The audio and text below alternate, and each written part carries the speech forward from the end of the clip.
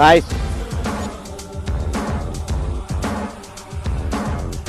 Welcome. મેં વિચાર્યું હતું કે તું બહુ મોટા બંગલામાં રહું છું, પણ તું તો એક ચીકુના ઝાડ નીચે મીટિંગો કરું છું. આ મારી સ્ટાઇલ છે. ચાલ આવામાં તો આવામાં બેસીને વાત કરીએ.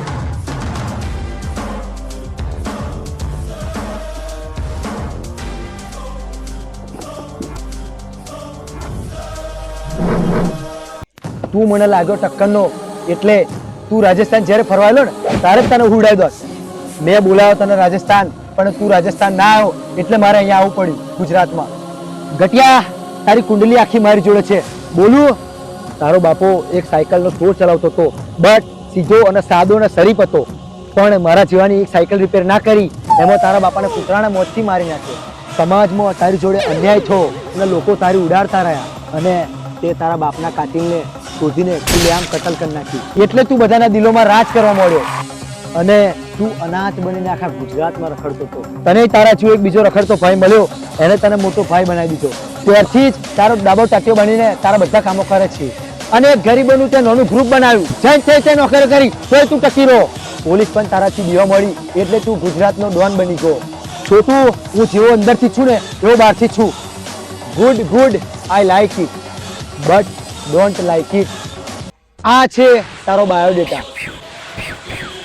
પેલો ગુજરાતી લોકો તું કોઈ જાણકારી નથી રાખતા. પેલા તારું નામ યોન્યો હતું અને અત્યારે બફેલો પાડ્યું. એક જમાનામાં તું પથ્થરના કંપનીમાં પથ્થર તોડતો હતો અને તને રૂપિયાની લાલચ લાગી એટલે તું પથ્થર 2 નંબરમાં વેચવા મળ્યો અને તારા શેઠ જોડે ગદ્દારી કરી અને તારા શેઠને ખબર પડી જેવો તને જેલ ભેગો કરી નાખ્યો. અને જેવો જેલમાં ગયો, જેલમાંથી બહાર છૂટ્યો અને બહાર આવીને તું બફેલો ગેંગમાં જોઈન થઈ ગયો. પછી લાશો ઉપર લાશો પાડવા મળી અને એક દિવસ તને વધારે રૂપિયાની લાલચ લાગી એટલે તે બફેલો ગેંગના જ મારી નાખ્યો. તું 1 નંબરનું ક્રિકેટ છું. તું રાજસ્થાનથી મદ્રાસ ગયો, મહારાષ્ટ્ર ગયો, અમદાવાદ ગયો, કઈ નહીં ગયો તું. પેલો તું બહુ નંબરો બદલું છું અને તારો જૂનો નંબર હતો એ તે બંધ કરી દીધો. બીક તો તને બહુ જ લાગે છે. અને તારો આ નવો નંબર છે 91, 51, 4000 અને ખાટલા ઉપર 94. પણ એક વાત કહું, બફેલોના કિંગ, તારી ફાટે છે તો બહુ જ. એટલે તું આ બધી ગેંગ લઈને ફરું છું ગધેડોની. તારો ખાસ માણસ આ પોપકોર્ન છે અને જે એની પહેલા વફાદાર હતો એને તે મારી નાખ્યો. એની જગ્યાએ પોપકોર્નને લીધો છે. તારી 2 ગર્લફ્રેન્ડ મરી ગઈ છે અને બીજી તે 3 નવી બનાવી, મંજી, ચંચી અને રમલી. આખરે તે નાગાલેન્ડમાં ધાક જમાઈ દીધી. એટલું નહીં, તે નાગાલેન્ડના ડોનને મારીને એની બૈરીન પટાઈ તે તારી ગર્લફ્રેન્ડ બનાવી દીધી.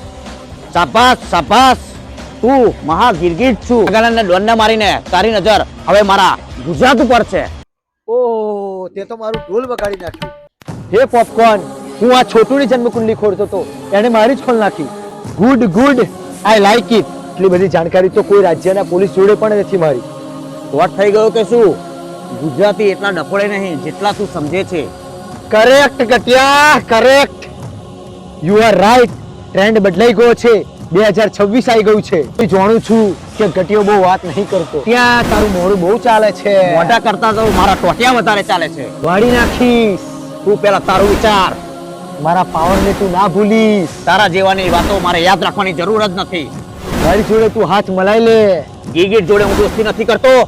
ગટિયા, આટલું બધું ઘમંડ સારું નહીં. માથામાં ટોપી પહેરનારા કદી મોતથી ડરતા નથી. પટલી ગલી તું નીકળ મારું ગુજરાત છોડીને. ઓકે બોયસ, હું અત્યારે તો ગટિયા નીકળું છું, પછી તને જોઈ લઈશ. પ્લસ મારા ગુજરાતમાંથી નીકળો, અહીંયા ધાક જમાવા આવી ગયા છો તે.